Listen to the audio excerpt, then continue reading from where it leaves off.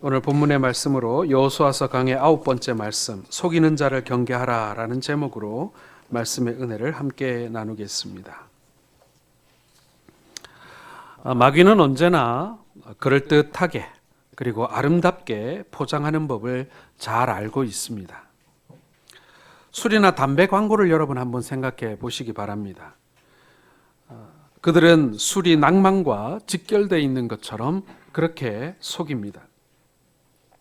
식당에 가게 되면 항상 소주 광고가 많이 붙어 있는데요.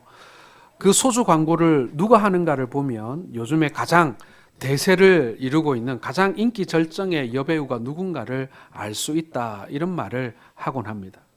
그리고 소주 광고에 등장하는 배우는 항상 모델은 아주 청순하고 아주 깨끗한 이미지를 가진 그런 배우들로 이렇게 고르게 되어집니다. 그런데 여러분, 그 이미지처럼 그 술이 깨끗한 뒤끝을 보여줍니까? 술의 뒤끝이 깨끗할 수 있겠습니까? 사람들을 속이는 것입니다. 술 없이는 못 살고, 술 없는 인간관계가 무슨 관계냐? 술 없는 사업, 술 없는 연애, 그건 말도 안 된다라는 식인 것이죠. 그리고 술 때문에 인생을 망친 사례는 전혀 언급하지 않습니다. 교통사고의 30% 이상, 모든 범죄의 40% 이상, 그리고 우리가 앓는 질병의 28%에 해당하는 원인이 술 때문이라는 것을 아무도 밝히려 하지 않습니다. 밝은 면만 보여주면서 어두운 면을 애써 감추고 사람들을 기만하는 것이죠. 간혹 잡지를 보게 되면 여러분, 특별히 외국 잡지를 보게 되면 잡지 뒷면에 항상 큰 전면 광고가 실리는데, 카우보이가 말을 타고 담배를 피우는 모습이 항상 광고에 들어 있습니다. 그 광고가 전하려고 하는 메시지는 뭐겠습니까? 남자라면 저렇게 멋진 모습으로 담배를 피울 줄 알아야 한다라는 이미지를 사람들에게 심어주는 것입니다. 진정한 남자는 담배를 피운다는 것입니다. 그런데 여러분, 과연 진정한 남자다움이 담배를 피우는 것에 있는 것일까요? 그러면 담배를 피우지 않는 남자는 남자답지 못하는 말일까요? 여러분, 우리는 이렇게 세상 속에서 크고 작은 속임을 많이 당하고 있습니다. 여러분들은 어떻습니까? 누군가에게 혹은 어떤 일에 기가 막히게 속아 보신 적은 없습니까? 그것이 그냥 웃고 넘길 만한 일이거나 기분 정도 나쁘고 넘어갈 만한 일이면 그래도 나은데, 나에게 혹은 나의 가족들에게 치명적인 그런 상처와 그리고 손해를 입히는 그러한 속임수라면 그건 보통 일이 아닐 것입니다. 그리고 그런 고통을 당해본 분들도 이 자리에 적지 않게 계실 겁니다. 여러분, 오늘 본문에는요, 이와 비슷한 스토리가 기록되어져 있습니다. 가나안 땅에 이미 살고 있던 이 기브온 사람들이 마치 가나안 땅에 전혀 살고 있지 않은 사람들처럼, 마치 수말리 떨어져 있는 먼 변방에서 온 손님으로 가정하여 이스라엘 백성들을 속이고 있는 것입니다. 오늘 4절 이하에 보면, 꾀를 내어 사신의 모양을 꾸미되 헤어진 전대와 헤어지고 찢기어져서 기운 가죽 포도주 부대를 나귀에 실었다라고 되어 있습니다. 그리고 낡고 기운 신을 신고 낡은 옷을 입고 마르고 곰팡이가 난 떡을 들고 이들이 찾아왔다라는 것이죠. 이들은 의도적으로 이스라엘 백성들을 속이고 있는 것입니다. 소품을 등장시키고 속을 만한 그런 장치를 하고 이스라엘을 찾아온 것입니다. 이들은 길갈에 지내와서 여호수아 앞에 나옵니다. 우리는 먼 곳에서 왔습니다. 그러니 우리와 조약을 맺읍시다 하고 요청을 합니다. 이 기브온 사람들은요, 이스라엘 백성들이 함락한 이 아이성 근처에 살고 있던 사람들이에요. 여러분, 얼마나 가깝습니까? 이 길갈에서 아이성은요, 지척이에요. 그리고 그 아이성 근처에 살고 있던 기브온 사람들, 아마도 이 아이성 전투가 끝났으니 아마도 다음번은 이 기브온 사람들과 이스라엘이 전쟁을 해야 될지도 모르는 아주 가까운 곳에 살고 있던 그런 사람들이었던 것입니다. 이 사람들은 하나님께서 가나안 땅을 이스라엘에게 주셨다는 것을 알고 있었습니다. 하나님께서 이스라엘 백성들에게 이 가나안 땅의 거민들과는 조약을 맺지 마라. 가나안은 너희의 땅이며 점령할 땅이기에 저들과 화친하지 말고 다 쫓아내라. 이렇게 명령하신 것을 이 기브온 사람들은 소문을 들어 알고 있었던 것입니다. 그리고 변방에서 온 사람들과 같이 이 멀리서 온 사람들은 이 가나안 땅에 살고 있지 않고 멀리 있는 사람들과는 화친을 할 수 있다는 것도 알고 있었던 것입니다. 자, 신명기 20장 16절 말씀을 여러분 한번 같이 읽어보겠습니다. 시작.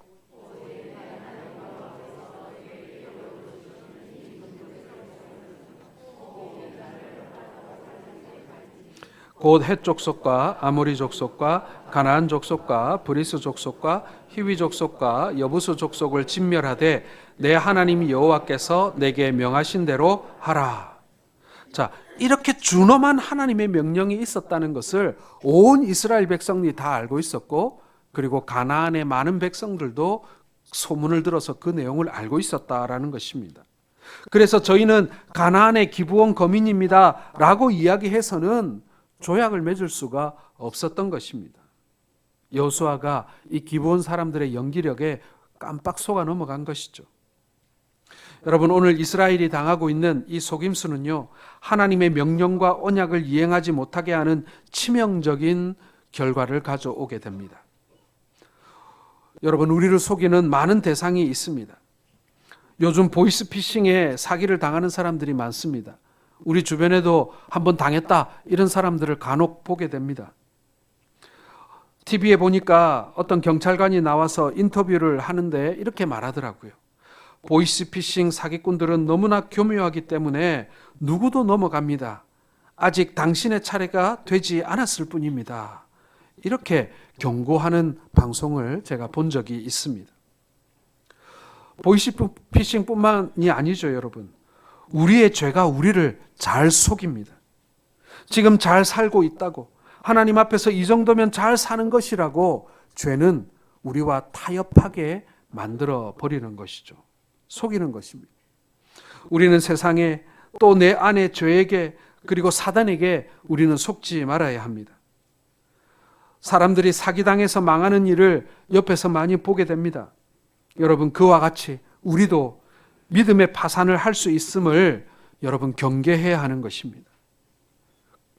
자, 그럼 속지 않기 위해서 우리를 잘 속이는 덫이 어디에 있는가를 우리가 알아야 되겠지요.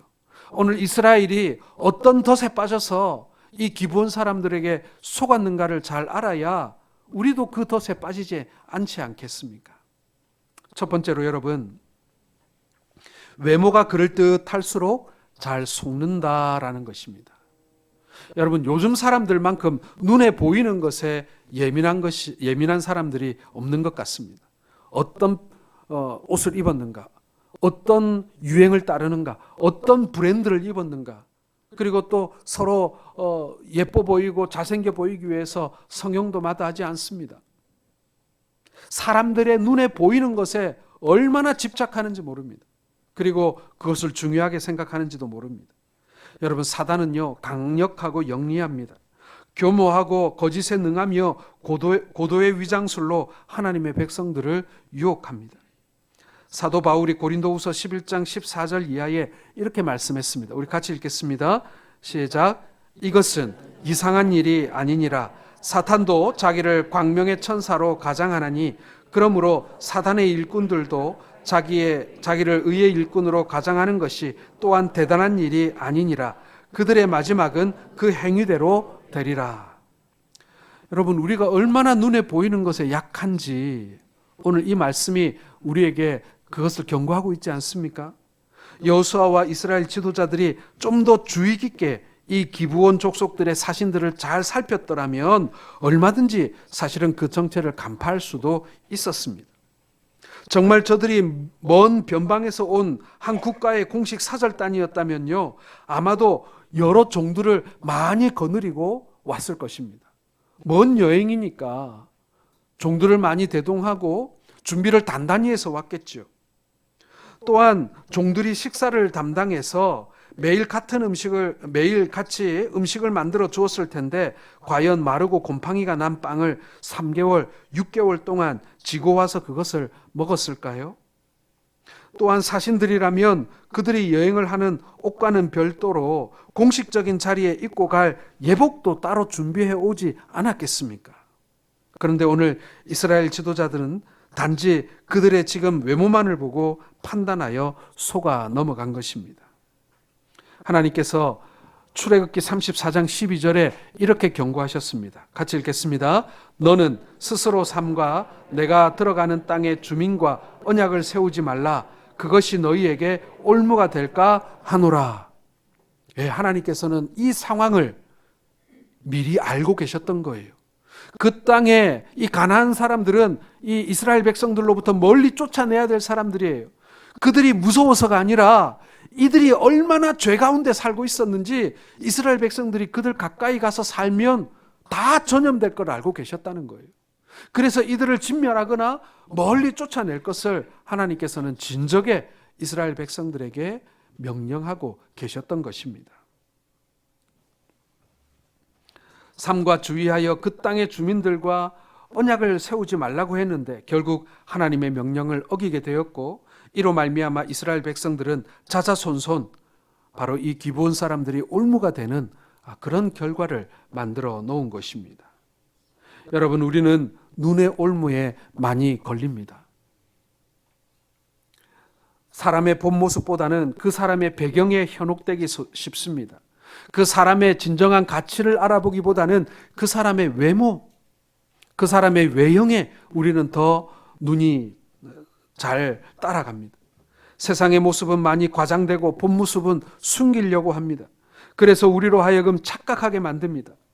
속은 빈곤한데 부유한 것처럼, 불안한데 평안한 것처럼, 불행한데 행복한 것처럼, 그리고 그 속은 추하고 망가졌는데 그리고 아주 아름다운 것처럼 세상은 그렇게 꾸미려고 하고 우리를 속인다라는 것입니다. 여러분, 그리스도인들은요, 눈에 보이는 것뿐만 아니라 영적인 안목이 있어야 합니다. 사람에 대한 통찰력이 있어야 합니다. 그 사람의 외모가 아닌 그 사람의 영혼을 보는 마음이 있어야 합니다. 이 사람이 얼마나 빈곤한 사람인가? 이 사람이 얼마나 상처받고 망가진 사람인가? 이 사람에게 지금 진짜로 필요한 것은 무엇인가?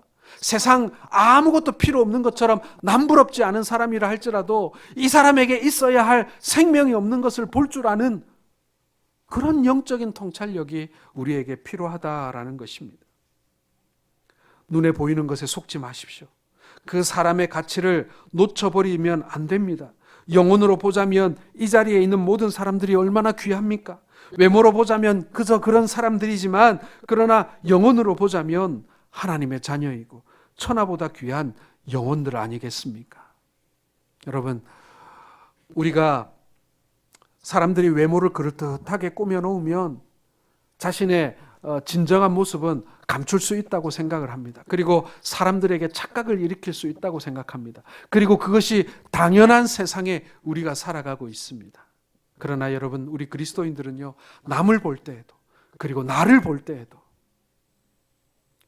보이는 것에 속지 아니하고 하나님의 관점으로, 하나님께서 보시는 마음으로 우리와 남을 볼 수 있는, 여러분, 그러한 귀한 영적인 안목을 가지시는 우리 성도들 되시기를 주의 이름으로 축원합니다.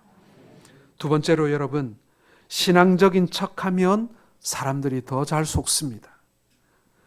자, 이스라엘이 속은 것은요, 이 가나안 거민들이 얄팍한 종교적인 언어 때문에, 이들이 하는 그 말 때문에 이들이 속았던 것입니다. 자, 9절에 이 기브온 사람들이 자신들을 소개하면서 이렇게 합니다. 같이 읽겠습니다. 시작.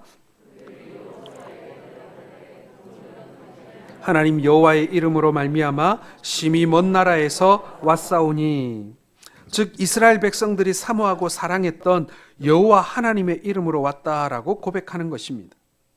여러분, 우리는 평소에 신앙적인 용어를 쓰는 것을 좋아합니다. 그러나 우리가 그것을 속지는 말아야 합니다.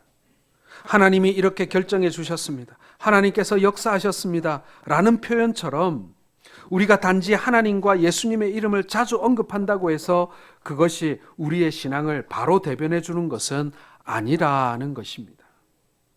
많은 사람들이 자신의 욕망을 드러내면서 그것을 하나님의 이름인 것처럼, 하나님의 복인 것처럼, 혹은 하나님의 명령인 것처럼 우리가 포장하려고 할 때가 많다라는 것입니다. 그래서 우리 주님께서 뭐라고 하셨습니까? 그 나무를 분별할 때 어떻게 하라고요? 그 나무의 아름다운 잎사귀나 튼튼한 줄기나 꽃을 보지 않고 뭘 보라고요? 열매를 보라고 했죠. 그 얘기는 뭡니까, 여러분? 물론 우리가 입술의 고백도 중요하고, 그리고 우리가 말로 세워주는 것도 중요합니다만은, 그러나 우리가 그런 번지르르한 말보다 그 사람의 열매를 봄으로 그 사람의 본 모습을 볼 수 있어야 한다라는 것입니다. 이것이 여러분 많은 경우 우리가 생각하는 유익한 방향으로 하나님의 뜻을 이어붙이고 떼서 붙이고 싶어하는 마음이 우리에게 있기 때문에 그런 것입니다. 어떠한 상황이 내게는 결정적인 유익이 될 수 있지만 상대방에게는 희생을 요구하는 것일 수도 있는데 말입니다. 하나님께서 이렇게 인도해 주셨다라고 그렇게 말하면 누군가에게는 그것이 상처가 될 수도 있고 그리고 고통이 될 수도 있다라는 것을 여러분 우리가 좀 공감하고 살아야 된다라는 것입니다. 예, 하나님께서 우리에게 베푸신 은혜나 우리에게 베푸신 복을 우리가 입술로 고백하고 그리고 간증하는 것도 물론 중요합니다. 그러나 우리의 주변도 잘 살펴보아야 합니다. 우리가 자녀를 자랑하고 싶은 마음은 다 가지고 있을 거예요. 우리 자녀가 잘 되고 그리고 형통한 것 자랑하고 싶겠죠. 그러나 그 말을 듣는 우리 옆에 누군가는 자녀 때문에 고통하거나 눈물 흘리는 그런 성도들도 있을 수 있잖아요. 그런 형제도 있을 수 있잖아요. 하나님께서 내게 많은 재물을 주셨다라고 그렇게 자랑하고 싶지만 그러나 나의 옆에서 그 말을 듣는 형제들 중에 경제적인 어려움을 인하여 고통하고 있는 형제가 있을 수도 있잖아요. 그것이 과연 하나님의 베풀어 주신 복과 은혜에 대한 고백인지 아니면 자랑하고 싶은 내 마음의 욕망인지 우리가 잘 분별할 수 있어야 한다라는 것입니다. 제가 함께 가까이 하는 목사님들이 있습니다. 어릴 때 우리 전도사 때 그 신대원 학생일 때 같이 같은 교회에서 사역했던 그런 우리 목사님들이 가끔 모임을 하게 되는데 그 중에 한 목사님이 아주 큰 교회 이렇게 청빙을 받아 가게 되었어요. 그리고 함께 모이는 목사님 중에 한 분은 여기 그 우리 대구 가까운 곳에서 개척교회를 하시는데 굉장히 어려운 가운데 고군분투하고 계신 그런 목사님도 그 자리에 함께 있었어요. 그런데 그 자리에서 그 큰 교회로 청빙해 주신 하나님의 인도하심에 대해서 막 이야기하고 뭐 그 과정을 세세하게 설명하고 그렇게 막 자랑하는데 그냥 나하고 둘이 있을 때 얘기하지 왜 이렇게 꼭 저분이 있는 데서 저 얘기를 해야 할까? 그런 마음이 제 마음에 들어서 제가 안절부절을 못 하겠는 거예요. 물론 하나님의 인도가 있어서 그 교회 목회하러 가게 되셨겠죠. 그러나 지금 어려운 가운데 개척해서 힘들어하는 그런 형제도 있잖아요. 그런 목사님도 옆에 있잖아요. 그런데 꼭 그 자리에서 그렇게 막 자랑을 해야 될까? 하나님의 이름으로 하나님께 영광을 돌리지만 그것이 제 마음에 도리어 안 그랬으면 좋겠다. 이런 마음이 드는 것입니다. 사랑하는 성도 여러분, 우리가 하나님의 이름으로 주님의 이름으로 우리가 간증도 하고 전하기도 해야 되겠지만 우리가 우리 주변의 이웃들을 좀 돌아보고 그들과 공감할 수 있는 마음이 좀 있었으면 좋겠다라는 거예요. 그래서 이것이 누군가에게는 아픔이 될 수도 있다는 것을 좀 이해해 주었으면 좋겠어요.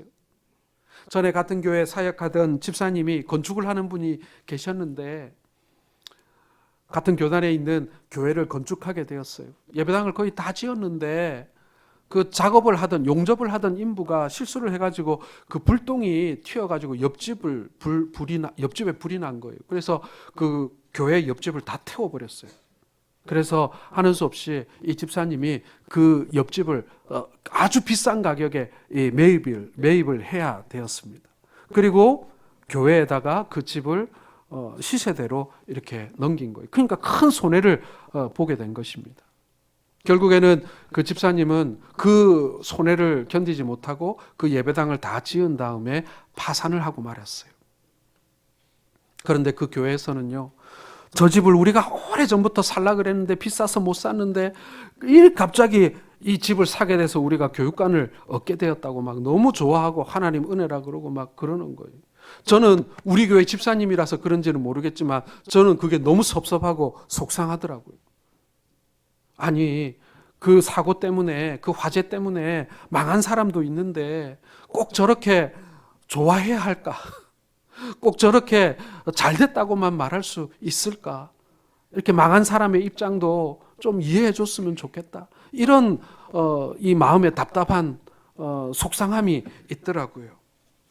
사랑하는 성도 여러분, 우리가 신앙적인 용어를 쓰는 것보다 더 중요한 것은요, 우리의 실질적인 삶이 열매가 있고, 그리고 주변에 있는 약한 형제들을 공감해주고 이해해주고 위로해주고, 그리고 하나님께 영광이 되어지는, 여러분, 그런 우리의 말, 그리고 우리의 삶이 되어야 하지 않겠습니까?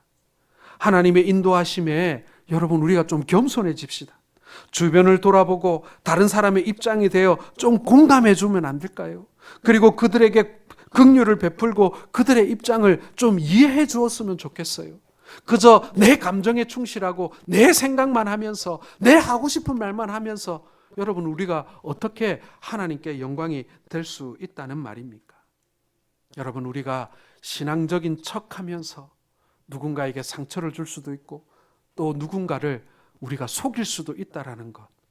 내가 그럴 수도 있고요. 그리고 사실은 목회자인 저는 훨씬 더 그런 위험에 많이 노출되어 있습니다. 우리가 오래 믿을수록, 그리고 우리가 교회 안에서 지도자가 되어질수록 우리가 그럴 수 있다라는 위험을 우리가 가지고 있는 거예요. 여러분, 이것을 우리가 모두가 경계하는 우리 성도들 되시기를 소원합니다. 세 번째로, 여러분, 이익을 많이 준다고 할수록 더 잘 속습니다. 쉽게 말씀드리자면요, 이익이 더 많이 될수록, 그리고 더 많이 벌겠다 싶으면 우리가 잘 속는다라는 말입니다.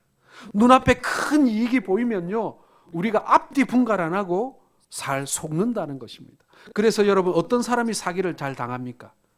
욕심이 많은 사람이 사기도 잘 당합니다.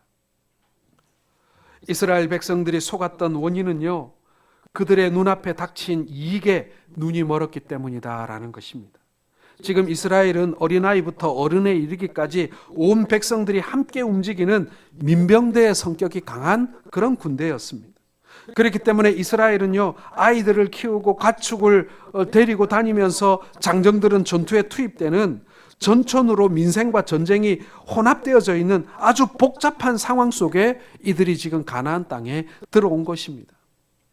아침에 애들 밥 해주고 가축에 먹이 주고 똥 치우고 거기다가 텐트 치고 또 나팔 소리 들리면 그거 다 접어가지고 수레에 싣고 또 이사 갔다가 또 천막 치고 있다가 또 나팔 불면 얼른 저 창칼 들고 또 싸우러 나가고, 그리고 또 싸우고 돌아오면 또 애들 밥 먹이고, 이 아주 복잡한 그런 상황 속에 있었던 것입니다. 자, 그런데 만약에 종이 생기면 어떻겠습니까? 종이 생기면 나를 대신해서 가축을 먹이고, 그리고 아이들을 돌봐주고, 집을 짓고, 그리고 이제 정착한 땅에서 밭을 일구는 그런 종들이 있어준다면 좀 쉬다가 전쟁에 나가야 할 때는 칼 들고 나가고 되고, 또 종이 좀 많아지면 그 종들을 대신 또 전쟁에 내보내고, 세상에 이렇게 좋은 게 있을 수가 없지 않겠습니까?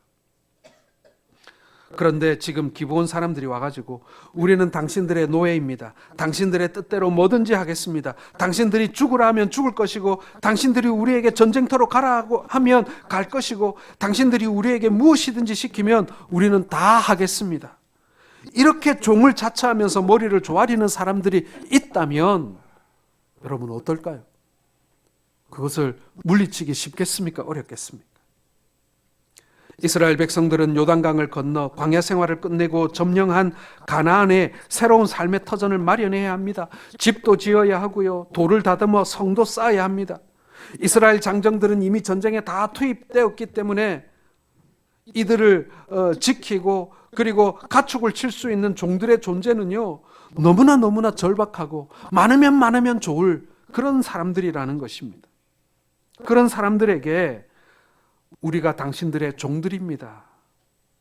우리와 약속해 주시면, 우리를 죽이지 않겠다고 보장해 주신다면 당신들을 위해서 우리는 종이 되어 뭐든지 다 하겠습니다 라고 한다면, 여러분, 이게 웬 굴러온 떡입니까?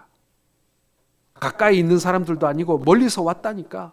이들이 우리의 종이 된다고 한다니까. 이들이 가져다 줄 경제적인 이익이 어마어마한 거예요. 지금 제일 이스라엘에게 아쉬운 거거든요. 그러니 덥석 물어버린 것입니다. 사랑하는 성도 여러분, 경제적인 이득이 여러분 우리를 속일 수가 있습니다. 특별히 여러분, 현대는 실용주의 시대입니다. 우리가 실용주의를 경계해야 합니다. 실용주의 시대에서 가치를 판단하는 중요한 근거는요, 과연 이 일이 내게 이익이 있는가 없는가 하는 것입니다. 국가든 개인이든 윤리나 가치관이든 그것이 이제 문제가 되지 않습니다. 이제는 명분이 아니라 어디로 가야 이익이 되는가 하는 것이 모든 것의 기준입니다. 그러다 보니 하나님의 백성들이 이전보다 더 잘 속아 넘어갑니다. 무엇이 하나님께 더 유익한가? 무엇이 더 하나님 안에서 옳은가? 무엇이 하나님의 말씀하신 진리인가가 기준이 아니에요. 오늘 당장 나에게 이익이 되는 곳으로 따라가기 급급하다. 하나님의 뜻을 어기는 삶을 살기가 쉬워졌다라는 것입니다. 이 시대에 우리가 하나님의 백성으로 어떻게 하면 하나님의 뜻을 올바르게 실현할 수 있을까? 여러분, 이것이 우리의 인생 목표가 되어야 하지 않겠습니까? 우리가 하나님의 뜻을 쫓는다는 것은요, 나의 유익을 쫓는 것과는 반대 방향일 수도 있습니다. 우리가 하나님의 뜻을 쫓는다는 것은요, 때로는 당장 경제적인 손해를 수반할 수도 있다라는 것입니다. 그때 우리는 고민하고 갈등하는 거예요. 야, 이거 손해를 봐가면서 하나님의 뜻을 쫓아야 되는 것인가? 당장의 이익이 될지는 모르지만 긴 안목으로 보자면 하나님께서 그것을 다 거두어 가실 수도 있어요. 그리고 지금 당장에는 이익이 되지 않고 손해가 될지 모르겠지만 하나님께서 더 크게 갚아주실 것을 여러분 우리가 기대하면서 우리가 우리의 사역을 감당해야 하지 않겠습니까? 중요한 것은요, 당장 이익이 되느냐 이익이 되지 않느냐, 손해가 되느냐 이익이 되느냐가 아니라 하나님께서 이 일을 결국에는 어떻게 종결하실까? 하나님께서 이 일을 어떻게 끝내실까? 여러분, 우리가 그것을 볼 수 있어야 진짜 이익 아니겠습니까? 사랑하는 성도 여러분, 세상이 주는 이익에 속지 마시기 바랍니다. 세상이 우리에게 당장 이익이 되는 것 같아 보여서 우리가 덥석 그것을 물게 할 때 여러분, 거기에 속지 마시기 바랍니다. 마지막으로 여호와께 묻지 못하도록 미끼를 속히 던진다라는 것입니다. 우리를 속이는 사단은 어찌하든지 우리를 정신없게 만들어서 여호와께 묻지 못하도록 미끼를 던집니다. 자, 9장 14절을 같이 읽겠습니다. 시작. 무리가 그들의 양식을 취하고는 어떻게 할지를 여호와께 묻지 아니하고, 아이성 전투를 앞두고 묻지 않고 전투하러 갔다가 그렇게 패배해놓고 지금 정신 못 차리고 또 그러는 거예요. 여호와께 묻지 않는 것이 정말 큰 문제입니다. 그리고 여호수아는 그들과 화친하고 그들을 살리고 생명을 보장하리라는 언약을 맺게 되는 것입니다. 여러분, 묻지 않고 기도하지 않고 조약을 맺은 것입니다. 당장에 주어진 이익에 혹하여 성급한 결정을 내린 것입니다. 여호수아는 저들이 던진 미끼를 너무나 쉽게 그리고 급하게 덥석 물어버린 것이죠. 우리의 묻지 않고 내린 결정은요, 하나님의 사역에 중대하고 불리한 결과를 가져올 때가 많이 있다는 것입니다. 그것이 평생 우리의 올무가 될 수도 있습니다. 그러므로 충분히 기도하시고 하나님께 물어보시기를 바랍니다. 여러분, 우리가 물론 신속하고 급하게 처리해야 할 일도 있습니다. 그러나 그때에도 여러분, 우리가 하나님께 반드시 묻고 하나님의 뜻을 구해야 합니다. 하나님께서 내게 어떻게 말씀하시는가 그것을 들으려고 해야 합니다. 그래서 충분히 기도해야 하는 것입니다. 인생의 중요한 길목에서 중대한 결정을 내릴 때마다 먼저 하나님께 물으시길 바랍니다. 그리고 중요한 기준이 있죠. 다른 것이 아니라 바로 하나님의 말씀입니다. 우리가 하나님의 말씀에 깊이 창념하고 그리고 하나님께 기도함으로 깊이 주님께 물을 때 여러분 우리가 올바른 결정을 할 수 있게 된다라는 것입니다. 말씀을 깨우쳐서 그 말씀에 순종하게 하는 것, 그때 하나님께서 중요한 문제를 어떻게 결정해야 할지를 우리에게 직접 가르쳐 주시는 것입니다. 사랑하는 성도 여러분, 늘 하나님께 질문하시기 바랍니다. 젊은이들은 결혼을 준비할 때 하나님 어떻게 하면 좋을까요? 꼭 질문해 보시기 바랍니다. 여러분이 만약 직업을 바꾸거나 새롭게 선택해야 할 때 충분히 하나님께 물어보실 수 있기를 바랍니다. 무조건 나에게 이로움을 많이 주느냐보다는 정말 하나님께서 내게 주신 직업인가? 내가 평생 주님을 섬기는데 도움이 되는 일인가? 그리고 내가 하나님 섬기는 것과 혹 타협하고 있지는 않은가? 그것을 살펴보아야 합니다. 그리고 하나님께서 내게 허락하신 이 가정을 보호하고 돕는데 유익한가? 하나님의 몸된 교회를 섬기고 하나님께 예배하고 하나님 앞에 봉사하는 일에 혹시 이 일이 방해가 되는 것은 아닌가? 여러분 우리 성도들은요 이사를 할 때도 그것을 고려하지 않습니까? 하나님 중심이고 하나님 말씀 중심이고 교회 중심의 우리의 삶이 되기 위해서 혹 내가 이사를 할 때도 그것을 생각해야 되는 거예요. 직업을 선택할 때도 내가 그것을 생각해야 하는 거예요. 또한 교회 생활을 할 때도 하나님께 묻고 또 물어야 합니다. 하나님 무엇을 원하십니까? 하나님 나에게 무엇을 기대하십니까? 사랑하는 성도 여러분, 우리가 주님 앞에 나아가 예배하고 그리고 우리가 하나님께 드리는 모든 것 그리고 나의 봉사 이 모든 것은요 나의 일부를 하나님 앞에 드려 내가 몇 배로 내가 투자한 만큼 몇 가지를 뽑아내겠다라는 그런 투자 심리로 하는 게 아니에요. 내 삶의 모든 것이 주님이라는 것을 고백하는 것입니다. 나의 모든 것도 나의 모든 가족들도 그리고 내가 소유한 모든 것도 주님의 것이라는 걸 우리가 고백하는 신앙 고백인 거예요. 우리는 하나님과 거래할 수가 없습니다. 왜냐하면 하나님은 나와 거래하기에는 너무나 크신 분 아니겠습니까? 우리가 소나 말하고 거래하지 않지 않습니까?